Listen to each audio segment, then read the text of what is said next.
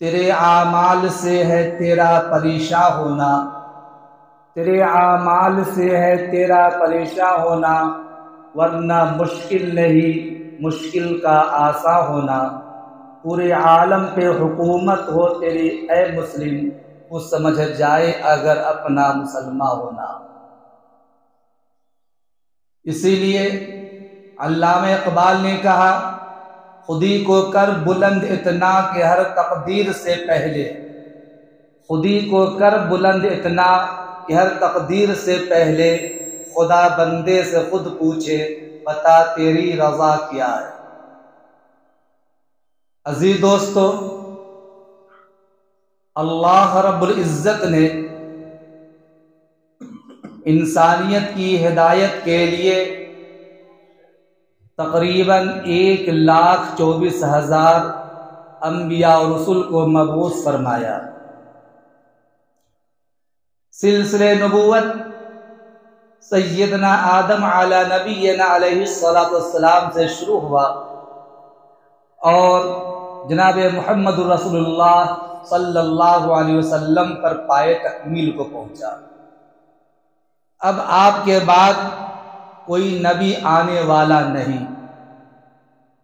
ہر نبی نے اپنی قوم کو یہی بتایا، اللہ یکتا ہے، خالق کائنات ہے، مالک ارض و سماوات ہے، رب المشارق والمغارب ہے، وحدہ لا شریک لہ ہے۔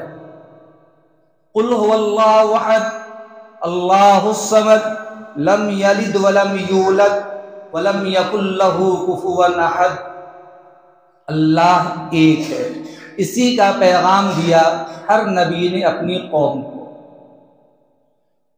اللہ رب العالمین ہے، الحمدللہ رب العالمین، الرحمن الرحیم، مالک یوم الدین، ایاک نعبد و ایاک نستعین، اہدنا الصراط المستقیم، صراط الذین انعمت علیہم غیر المغضوب علیہم ولا الضالین۔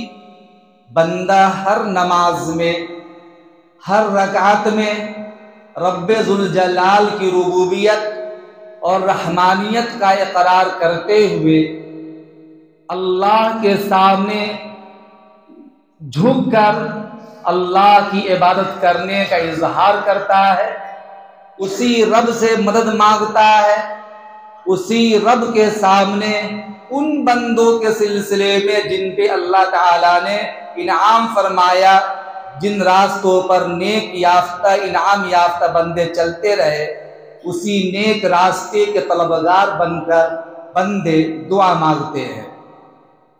اللہ عالم الغیب والشہادہ ہے، تمام نبیوں نے اپنی قوم کو اسی بات کا حکم فرمایا۔ پھر اللہ رب العزت نے جتنے نبیوں کو بھیجا، تمام نبیوں نے کہا کہ اپنے رب کی عبادت کرو جو وحدہ لا شریک لہ ہے، اسی کے سامنے سر جھکاؤ۔ پیدائش کا مقصد اصلی بھی یہی ہے، وَمَا خَلَقْتُ الْجِنَّ وَالْإِنسَ إِلَّا لِيَعْبُدُونَ، کہ میں نے انسانوں اور جناتوں کو محض اپنی عبادت کے لیے پیدا کیا ہے۔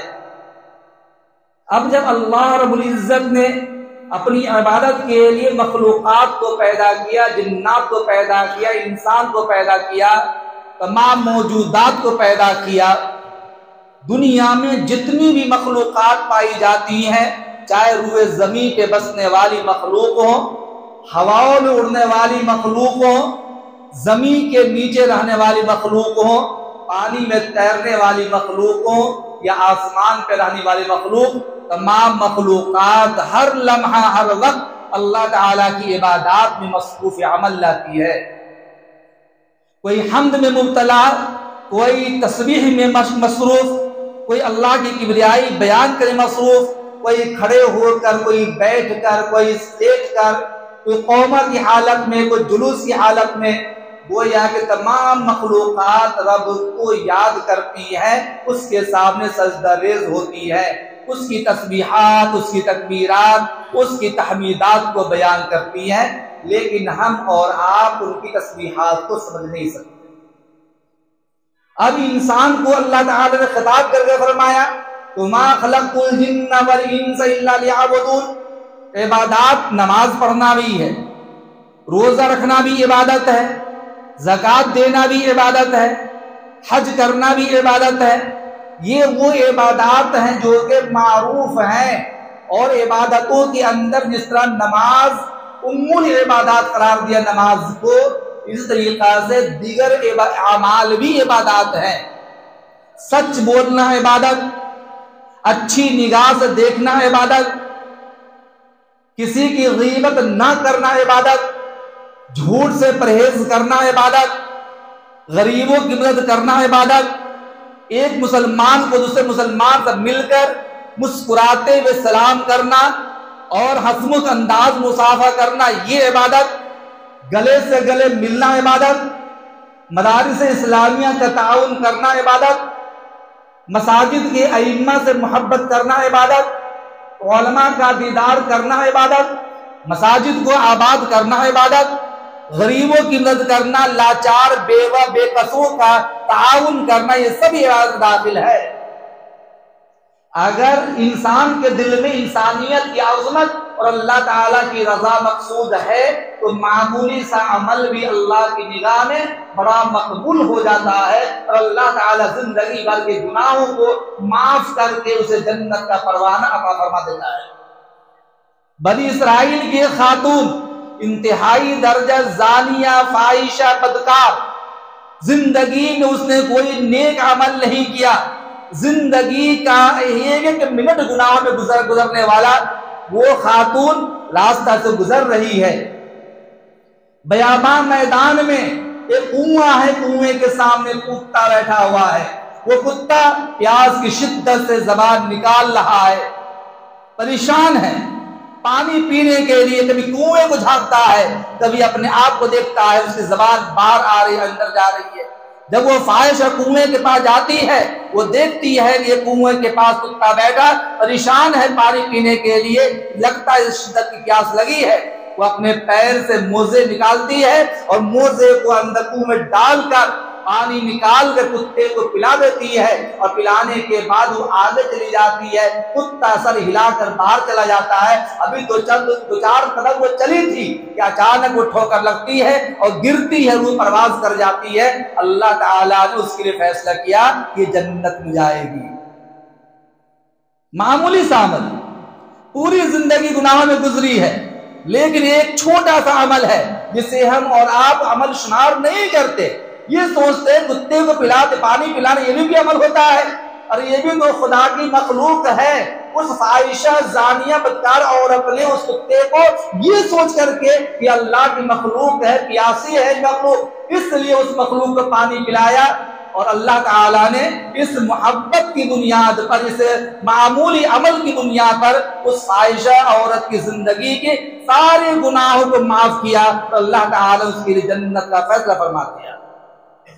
اور اس سے ہٹ کر ایک دیندار عورت، صوم و صلات کی پابند عورت، اللہ کے سامنے ہمیں جھکنے والی عورت، ہر وقت اللہ اللہ کرنے والی عورت، گھر میں بلی آ گئی، اسے باندھ دیا، گھر میں بلی کو باندھ دیا، اسے 3 روز تک بھوکا رکھا، نہ دانا دیا، نہ پانی دیا، نہ کھانا دیا، تڑپ تڑپ کر بلی مر گئی۔ جب اس عورت کا انتقال ہوا تو اس مختصر گناہ کی بنیاد پر اللہ تعالیٰ نے بجائے جنت کو اس لیے جہنم کا فیصلہ کر دیا۔ پتہ یہ چلا کہ معمولی عمل بھی اللہ تعالیٰ قبول کر لے، اس لیے کہا گیا لا تحقرن من المعروف شیئا، کسی معمولی عمل کو بھی حقیر نہ جانو۔ کبھی کبھی معمولی عمل اللہ تعالیٰ انسان کی نجات کے لیے قبول فرما لیتا ہے اور جنت کا داخلے کا ذریعہ بنا دیتا ہے اسے۔ حضرت امام ابو داؤد رحمت اللہ علیہ بڑے امام ہیں، حدیث کی 6 کتابیں ہیں، بخاری، مسلم، ابو داؤد، ترمذی، نسائی، ابن ماجہ۔ ان 6 کتابوں میں یہ ابو داؤد شریف ہے۔ اس ابو داؤد کے لکھنے والے امام ابو داؤد رحمت اللہ علیہ کا واقعہ ہے مختصر معمولی عمل ہے، لیکن اللہ تعالیٰ نے کتنی بڑی بشارت سنائی، یہ سننے کے قابل ہے۔ امام ابو داؤد رحمۃ اللہ علیہ کشتی میں سوار ہو کر جا رہے ہیں، سامنے سے کشتی آ رہی ہے، اس میں کچھ اللہ والے بیٹھے ہیں، خود امام ابو داؤد رحمۃ اللہ علیہ ولی کامل متبع سنت عاشق رسول ہے، کشتی میں جا رہے ہیں، اچانک چھینک آتی ہے۔ آپ کو معلوم ہے کہ جب چھینک آئے تو کیا کہنا چاہیے؟ الحمدللہ کہنا چاہیے، الحمدللہ کہنا چاہیے، اس لیے کہ چھینکتے وقت انسان کے چہرے کا زاویہ بگڑ جاتا ہے، جب وہ بگڑا ہوا چہرہ اپنی اصلی حالت جاتا ہے تو بندہ اللہ کی تعریف اور حمد بیان کرتا، اللہ الحمدللہ، تمام تعریف اللہ تیرے لیے ہے کہ تو نے بگڑے ہوئے چہرے کو اپنی اصلی حالت پہ لوٹا دیا۔ تو جب انسان کو چھینک آئے تو چاہیے کہ الحمدللہ، اور سننے والا اگر یہ سنے تو سننے والے کو چاہیے کہ جواب میں کہے یرحمک اللہ، پھر چھینکنے والے کو چاہیے کہ اس کے جواب میں کہے یہدیکم اللہ بالکم۔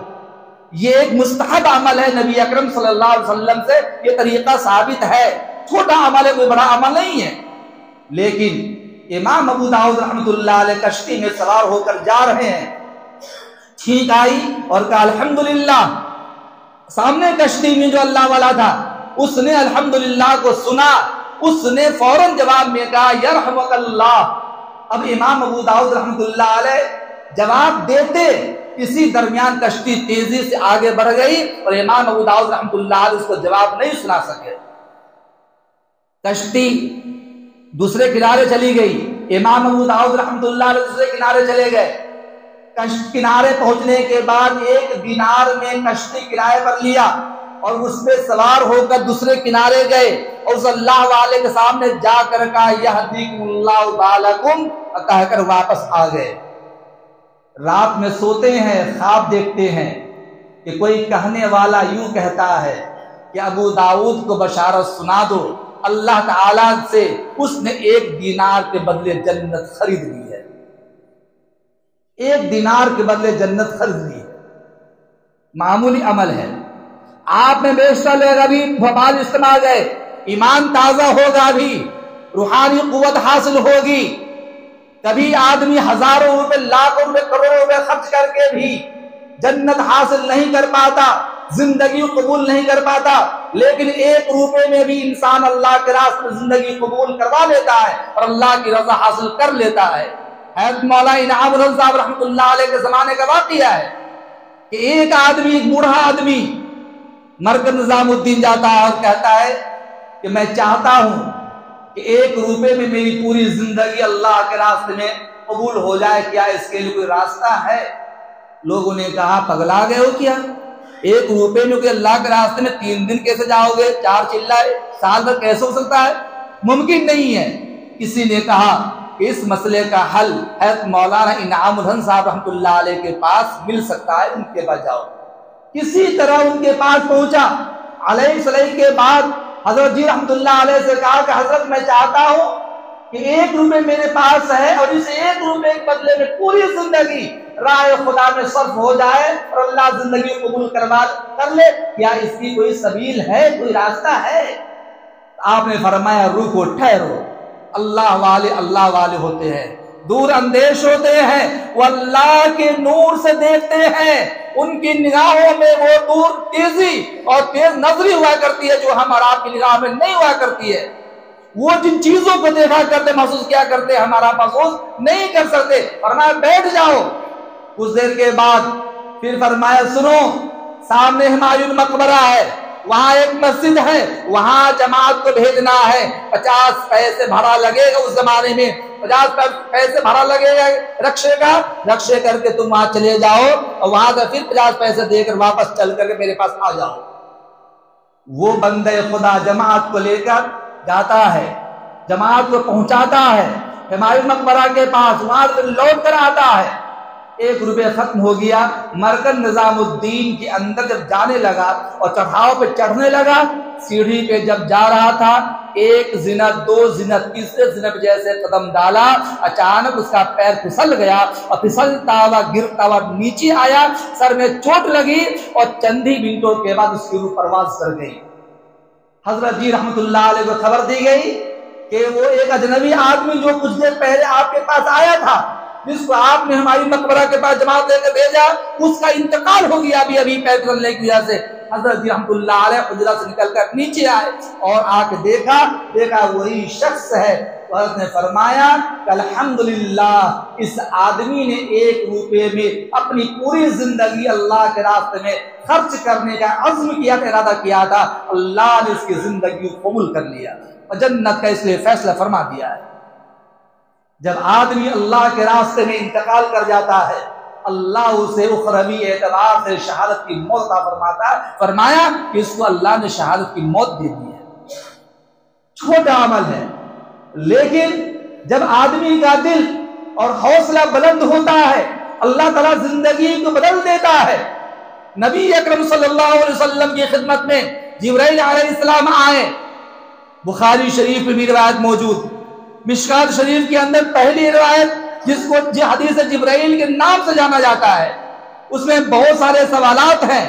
ایک سوال جبرائیل علیہ السلام نے حضور سے کیا، مل احسان یا رسول اللہ، اللہ کے رسول احسان کیا ہوتا ہے؟ آپ نے فرمایا ان تعبد اللہ کأنک تراہ فإن لم تکن تراہ فإنہ یراک، اللہ تعالیٰ کی ایسی عبادت کرو گویا کہ تم اللہ تعالیٰ کو دیکھ رہے ہو۔ جب انسان نماز میں ہوتا ہے تو نماز کی حالت میں اللہ تعالیٰ سجدہ گاہ کے اندر موجود ہوتا ہے۔ جب انسان نماز میں الحمدللہ رب العالمین پڑھتا ہے، قرآن پڑھتا ہے، تو وہ اللہ تعالیٰ سے محض کلام ہوتا ہے۔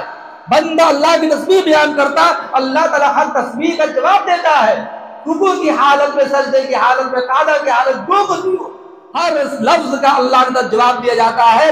یہاں تک کہ بندہ جب سجدہ کرتا ہے تو اللہ کے قدموں میں بندہ سجدہ کرتا ہے۔ اس لیے کہا گیا کہ بندہ اللہ سے سب سے زیادہ قریب سجدے کی حالت میں ہوا کرتا ہے، لہذا سجدے میں جاؤ۔ نفلی نماز اگر پڑھ رہے ہیں تو جتنا زیادہ ہو سکے اللہ کی حمد و ثنا بیان کرتے ہوئے، کبریائی بیان کرتے ہوئے اللہ تعالیٰ کی رضا حاصل کرنے کی بھیک مانگنے کی کوشش کیجیے۔ بندہ اس میں اللہ کے سب سے زیادہ قریب ہوا کرتا ہے۔ تو فرمایا نماز ایسے پڑھو گویا تم اپنی آنکھوں سے اللہ تعالیٰ کو دیکھ رہے ہو۔ اگر یہ طاقت پیدا نہیں ہوئی ہے، یہ قوت پیدا نہیں ہوئی ہے، تو پھر فرمایا فَإِن لَمْ تَكُنْ تَرَاهُ، اگر تم اللہ تعالیٰ کو نہیں دیکھ سکتے تو دل میں یہ گمان کرو فَإِنَّهُ يَرَاكَ، اللہ تجھے ضرور دیکھ رہا ہے۔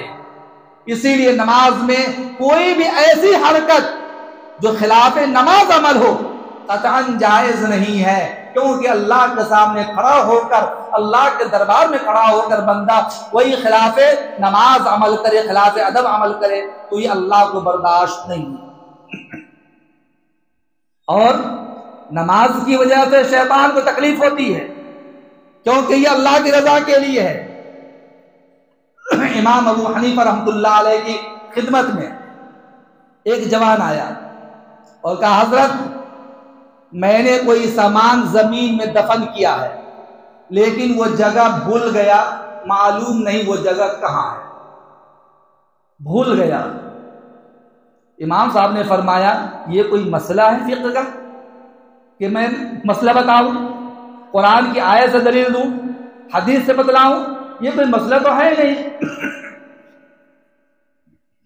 آپ نے امام صاحب نے فرمایا چلو جب آ گئے تو سن لو۔ کہا تم آج رات اپنے گھر جاؤ، عشاء کے بعد مصلی بچھاؤ، پوری رات نماز پڑھنا شروع کرو، تمہیں وہ جگہ یاد آ جائے گی جس جگہ تو نے دفینہ چھپا رکھا ہے۔